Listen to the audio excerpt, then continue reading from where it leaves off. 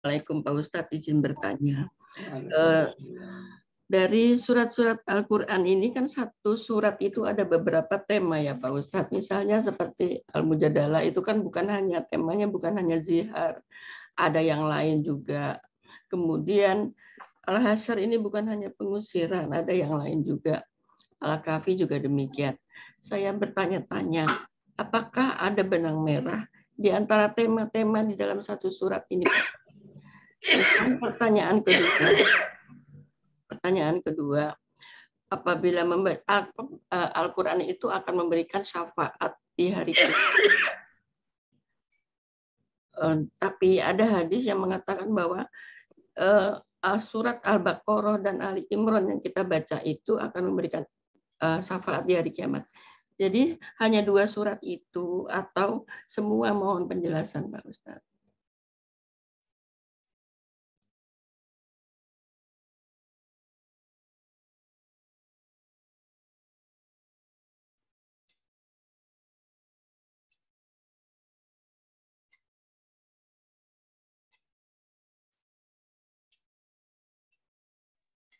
Ada lagi yang resen?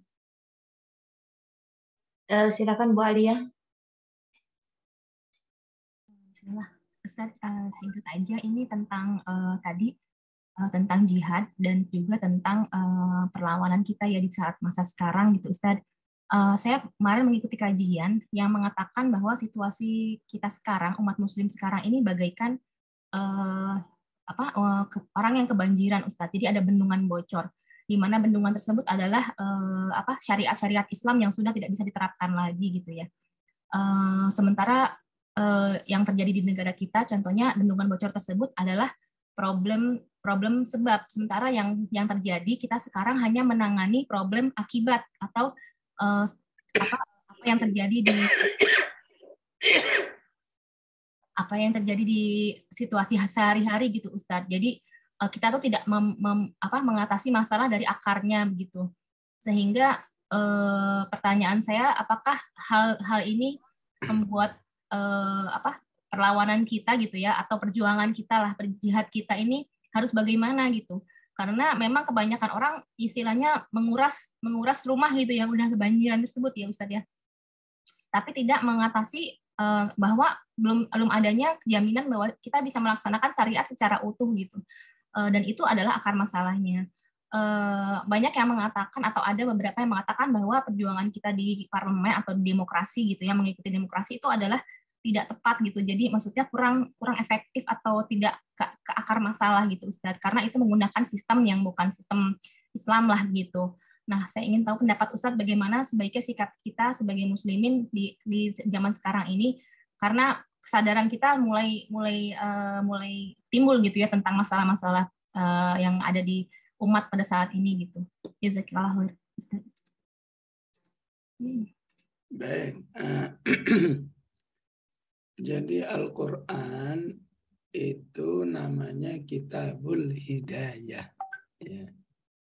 Kitab yang fokusnya memberi petunjuk. Ya. Nah, untuk memberi petunjuk itu Al-Quran tidak akan fokus kepada satu tema, ya. Seperti yang Ibu katakan tadi, ya. Di Al-Hasyr aja ada tema Musa, ada tema Isa, ada tema orang kafir, ada tema jihad dan seterusnya. Ya. Ya. Dalam Al-Baqarah juga ya ada tema zakat, ada tema rumah tangga, ada tema kisah Bani Israel. Ya, kok begitu sih? Iya memang karena Al-Quran ini nggak bisa kamu sebut Al-Quran kitab sejarah, maka kita akan mengatakan sejarah kok begini modelnya, ya nggak jelas kapan tahunnya, kapan bagaimana kronologinya, ya. Tiba-tiba ayo sembelih sapi. Kenapa harus sembelih sapi? Disebut di ujung suratnya, ya, di ujung ayatnya, ya. Jadi itu memang seadanya begitu karena memang Al-Quran ini kitabul hidayah. Ya.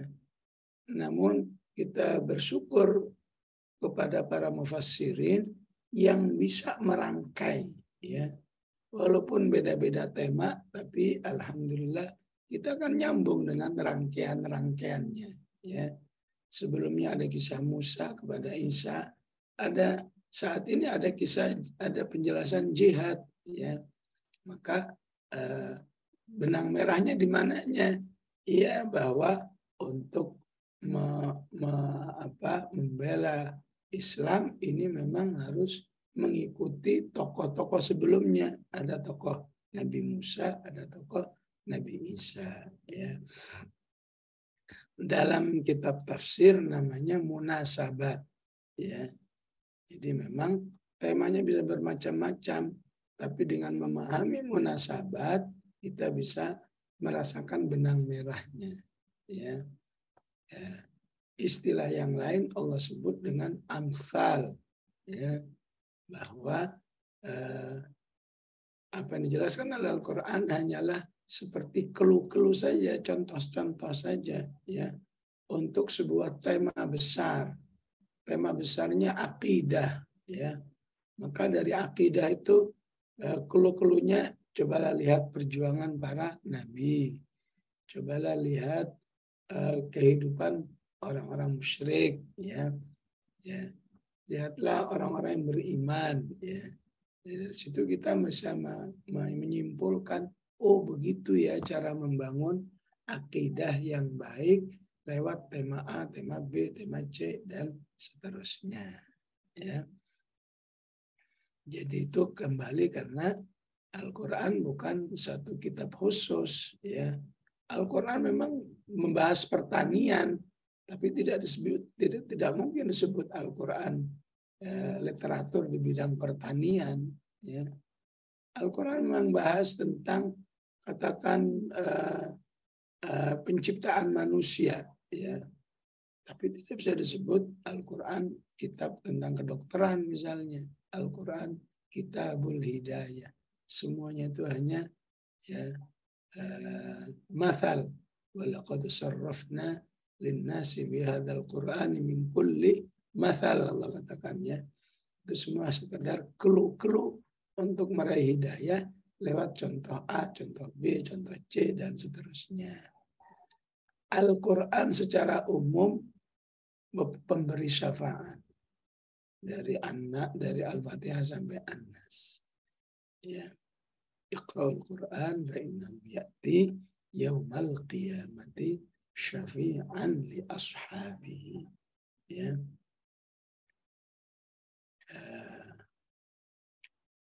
Apalagi, ya. Kemudian kalau ada hadis yang mengatakan, ya, sesungguhnya Al-Baqarah ada Ali Imran akan memberi syafaat, maka pengertiannya adalah terutama. Ya. Al-Quran semua memberi syafaat, terutama Al-Baqarah dan Ali Imran. Ya. Jadi karena pemahamannya terutama, berarti ini menjadi salah satu keutamaan, ya, nilai lebih, nilai plus dari Al-Baqarah dan Al-Fatihah, ya. Agar umat Islam ini punya kesadaran, ya, memahami atau menguasai dengan baik surat Al-Baqarah dan Ali Imran, ya. Sampai Rasulullah mengistilahkan dengan Az-Zahrawain. Az-Zahrawain, dua surat yang istimewa, Al-Baqarah, Ali Imran, ya. Di zaman para sahabat, siapa yang hafal dua surat ini sudah dianggap dinilai ulama, ya. Sebagaimana dikatakan oleh Umar, idza hafidha minna surat Al-Baqarah jadda fina, ya. Apabila di antara kami ada yang menguasai surat Al-Baqarah, maka orang itu menjadi lebih berwibawa di kalangan kami. Ya.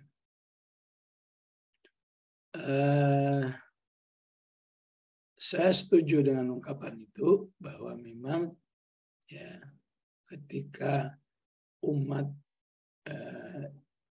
mengikuti bahasa perjuangan politik yang ada di negeri ini memang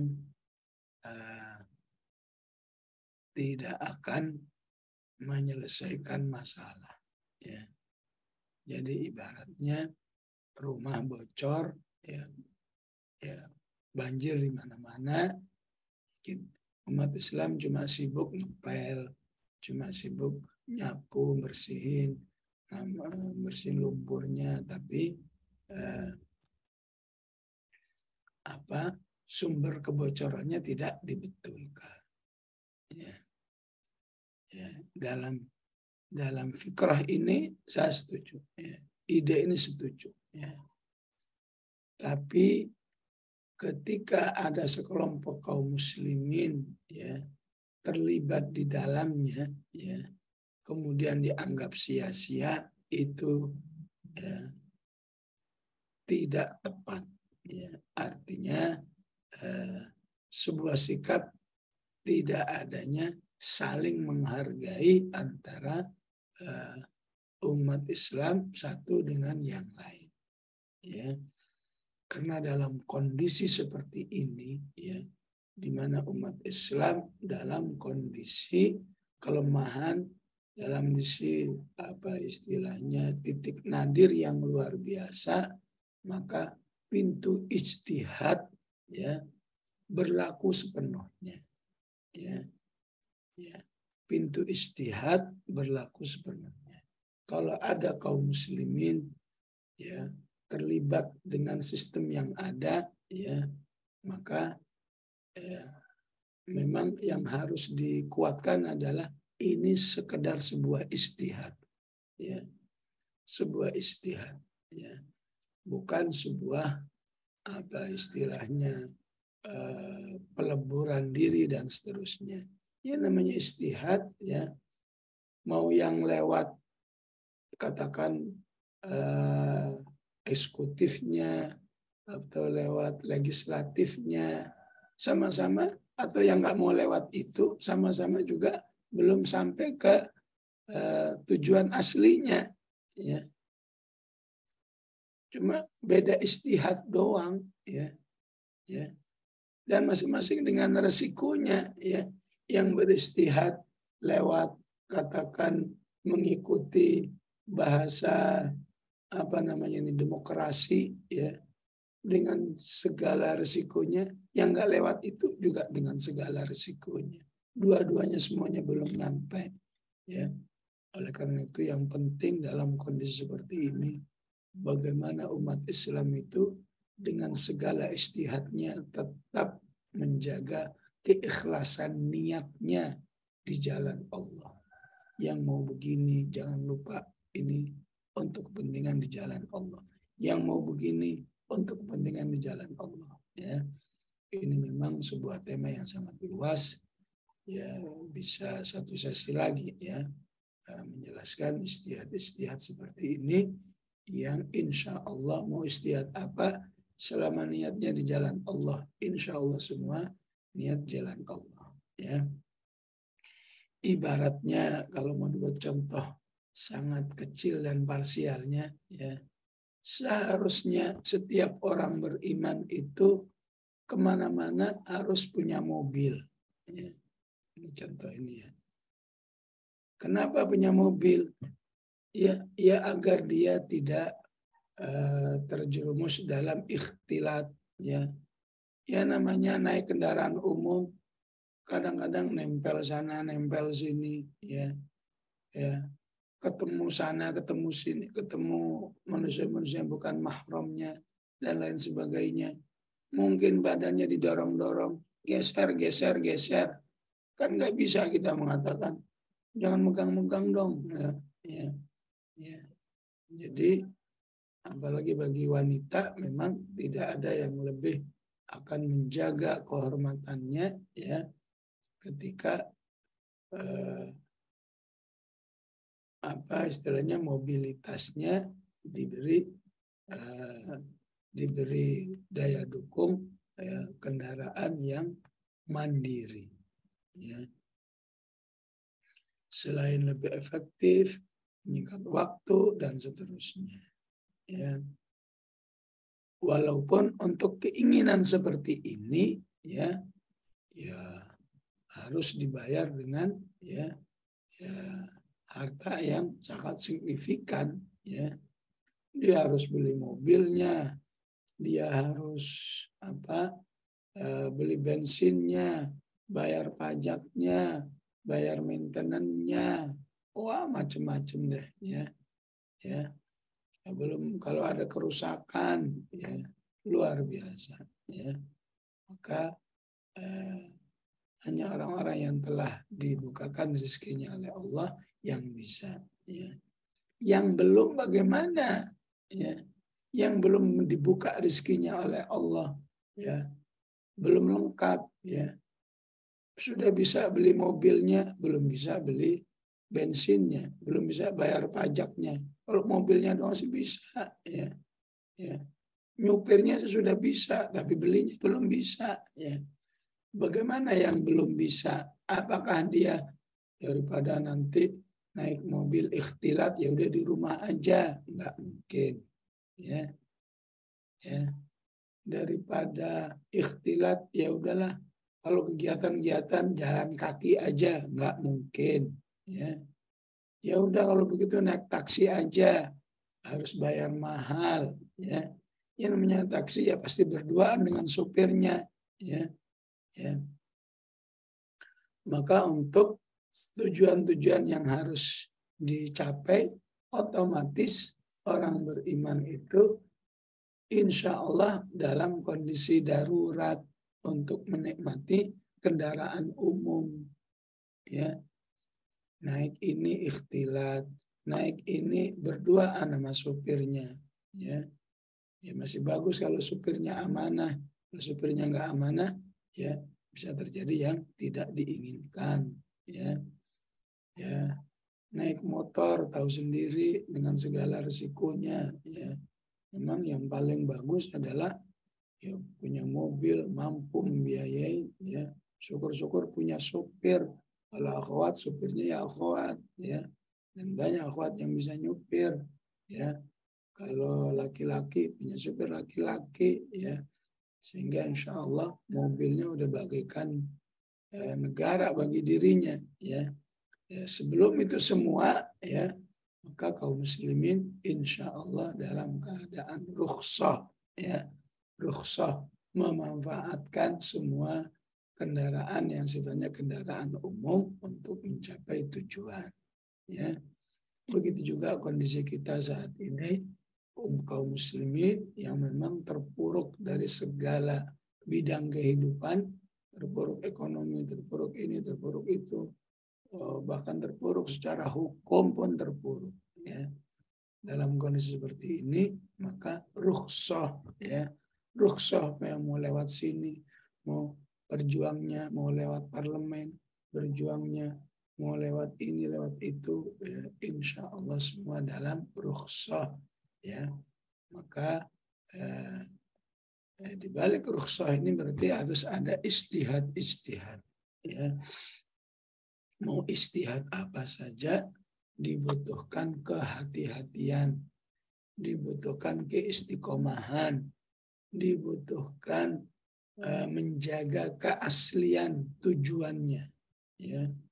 Karena kalau sudah bab ini, ya, siapapun rentan mengalami penyimpangan tujuan, ya. Oleh karena itu kaum muslimin harus saling mengingatkan, saling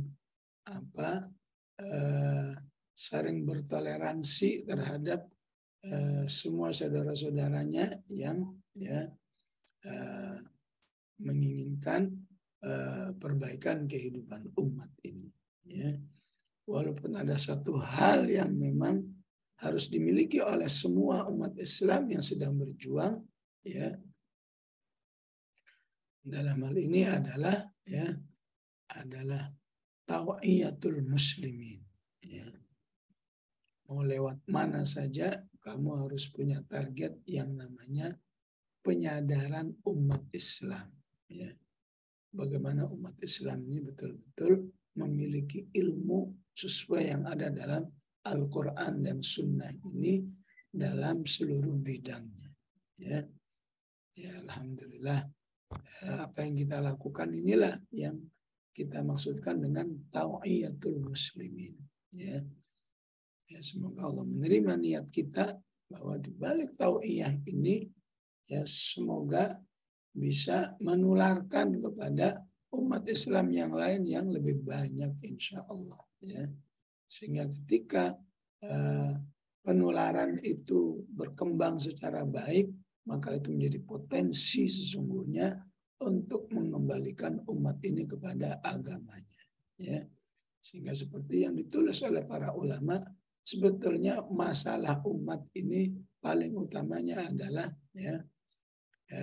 ketidakfahaman umat itu terhadap agamanya sendiri. Ya. Sehingga ada seorang ulama bernama Syekh As-Sayyid Muhammad Al-Wakil menulis ya Al-Islam baina jahli abna'ihi wa kaidi a'da'ihi. Ya. Permasalahan pada umat Islam ini kembali kepada ketidakpahaman umat itu terhadap agamanya, ya. Di balik itu harus menghadapi usaha-usaha musuhnya yang luar biasa untuk ya istilah ayat yang kita paham, yuriduna ayyutfi'u nurallahi biafwahihim. Ya. Begitulah insyaallah ya. Selama semua saudara-saudara kita berniat baik, seharusnya tidak ada saling merendahkan, saling menyalahkan. Wah, kalau kelompok itu pasti gagal, kelompok ini pasti terbaik, nggak ada begitu. Ya, dalam kondisi semuanya belum mampu membeli kendaraan yang ideal yang bisa menjaga kehormatannya, ya udah sabar dulu lah, ya. Sabar dulu, yang naik angkot, yang naik busway, yang naik apa, ya semuanya sabar dulu ya. Nanti insya Allah Allah berikan kendaraan yang betul-betul dilengkapi dengan semua daya dukungnya ya. Bahkan dirinya tinggal duduk ya, yang merawat ada, yang nyuciin ada, yang bayarin pajaknya ada, yang bayarin maintenance-nya ada, semua ada ya. Kira-kira begitulah kalau kaum muslimin ini sudah diberi kemenangan oleh Allah Subhanahu wa taala ya. Mohon maaf nggak bisa berlanjut. Saya tutup dengan doa. Bismillahirrahmanirrahim. Alhamdulillahirabbil alamin. Allahumma shalli wa sallim ala Muhammad. Allahumma inna nas'aluka mujibati rahmatik wa azaimi wassalamata min kulli idhin wal ghanimata min kulli birr wal fawza bil jannah wal najata minan nar. Sallallahu ala Muhammad sallam walhamdulillahi rabbil alamin. Wassalamu alaikum warahmatullahi wabarakatuh.